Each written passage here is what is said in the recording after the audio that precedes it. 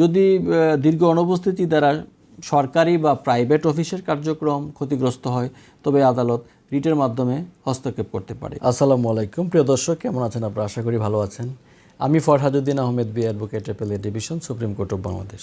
আজকে আলোচনা করব কর্মস্থলে যদি দীর্ঘ সময় ধরে কেউ অনুপস্থিত থাকে বা অন্য কোনো কাজে নিযুক্ত থাকার ক্ষেত্রে মহামান্য হাইকোর্টে রিট করা সম্ভব কিনা এবং এই বিষয়ে কোন আইন এবং উচ্চ আদালতের রেফারেন্স আছে সেইগুলো নিয়ে একটু আজকে আপনাদের সাথে শেয়ার করব।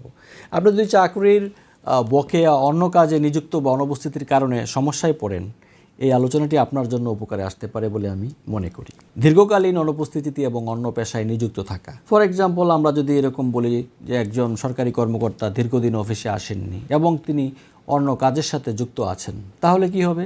এই অবস্থায় চাকরিদাতার জন্য সমস্যার দিক কোনটা? কাজের ক্ষতি হচ্ছে, প্রশাসনিক অসুবিধা হচ্ছে, বকেয়া বেতন বা পদোন্নতি সংক্রান্ত জটিলতা তৈরি হচ্ছে। তাহলে এখানে মূল আইনি ভিত্তিটা কি হচ্ছে? সার্ভিস রুলস বা যে এমপ্লয়মেন্ট যে রেগুলেশনস রয়েছে সরকারি এবং প্রাইভেট উভয় ক্ষেত্রেই কিন্তু সেটা দেখা যাচ্ছে যে বাংলাদেশ লেবার অ্যাক্ট 2006 যেটা আছে, সেকশন 12 বলা আছে এবং সেকশন 14 বলা আছে যে কর্মচারীর উপস্থিতি দায়িত্ব পালনের শর্ত সম্পর্কে। আরেকটা যদি আমরা বলি যে সিভিল এবং অ্যাডমিনিস্ট্রেটিভ যে রেমিডিস, সেটা আদালতে রিট দায়েরের মাধ্যমে নির্দেশ বা আদেশ চাওয়া, সেটাও হতে পারে। আসলে এখানে কতগুলো জাজমেন্ট আছে ইতিপূর্বে এই ধরনের মামলায়, কতগুলো রেফারেন্স আছে। বাংলাদেশ সুপ্রিম কোর্টের হাইকোর্ট বিভাগ কতগুলো রুলিংস দিয়েছেন এই সংক্রান্ত বিষয়ে, যেখানে কর্মকর্তা দীর্ঘ সময় অনুপস্থিত থাকায় রিট দায়ের করা হয়েছিল।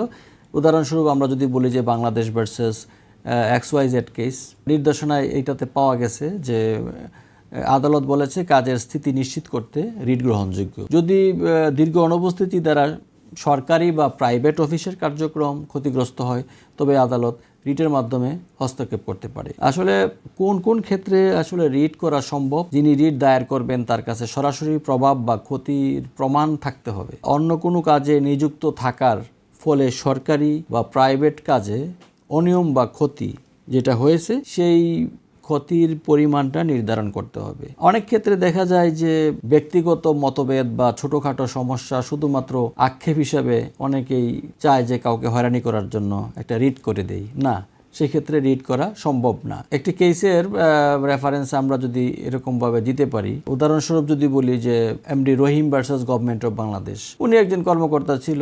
এই মামলায় যে কর্মকর্তা দীর্ঘ সময় অফিসে অনুপস্থিত ছিলেন, আদালত নির্দেশ দিল যে সে নিয়োগকর্তা নির্দিষ্ট সময়ে উপস্থিত এবং কাজ নিয়মিত নিশ্চিত করতে না পারায় তার বিরুদ্ধে প্রসিডিং ড্র করা যেতে পারে। রিটের স্টেপগুলা কি কি? সংশ্লিষ্ট ব্যক্তিকে নোটিশ দিতে হবে, সংশ্লিষ্ট বিভাগ বা কর্মকর্তাকে অবহিত করতে হবে। হাইকোর্ট বা অ্যাপিলেট ডিভিশন যেটাই হোক, আমরা যেটা জানি যে অনারেবল হাইকোর্টে রিট পিটিশন দায়ের করতে হয়। তো প্রয়োজনীয় কি কি কাগজপত্র লাগবে প্রিয় দর্শক, এটা আপনারা অনেকেই জানেন যে চাকরির রেকর্ড, উপস্থিতির হিসাব, বকেয়া বেতন বা পদোন্নতির ডকুমেন্টস এবং অ্যাপয়েন্টমেন্ট লেটার সহ সব কিছুই থাকবে। আদালত মূলত ম্যান্ডাবাস বা নির্দেশ জারি করতে পারে যাতে কর্মচারীর দায়িত্ব পালন নিশ্চিত হয়। রিট যদি মহামান্য হাইকোর্টে দায়ের করা হয় তাহলে কর্মকর্তা অফিসে ফিরে আসতে বাধ্য। বকেয়া বেতন বা অন্যান্য সুবিধা প্রদান নিশ্চিত করা যেতে পারে। তো রিট বাতিল বা যদি রিটটা যদি অনেক সময় খারিজ হয়ে যায় তাহলে আদালত নির্দেশ দিতে পারে না যদি প্রমাণ বা নিয়ম অনুযায়ী সমস্যা হয় না। সবসময় প্রমাণ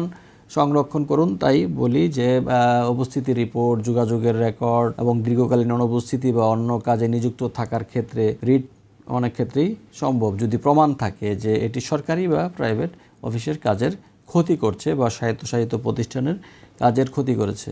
তো প্রিয় দর্শক, আজকে এই পর্যন্তই। ভালো থাকুন, সুন্দর থাকুন। আসসালামু আলাইকুম।